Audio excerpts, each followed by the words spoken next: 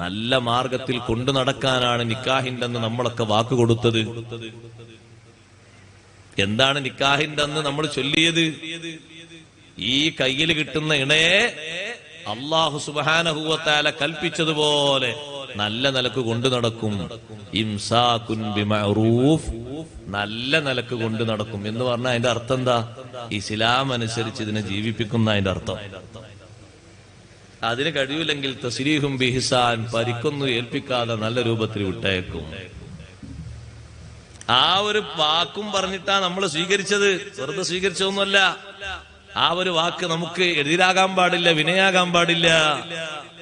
മറക്കാൻ പറഞ്ഞിട്ടും മറക്കാത്ത പെണ്ണുങ്ങളില്ലേ, അവരെ പറ്റിയാണ് നബി സല്ലല്ലാഹു അലൈഹി വസല്ലം തങ്ങൾ പറഞ്ഞത്, വംറഅത്തുൻ ലാ തസ്തുറു നഫ്സഹാ മിനർ റിജാൽ. മറ്റു പുരുഷന്മാരെ, അന്യപുരുഷന്മാരെ കാണുമ്പോ ഒരു പ്രശ്നവുമില്ല, സ്വന്തം ശരീരം മറക്കൂല.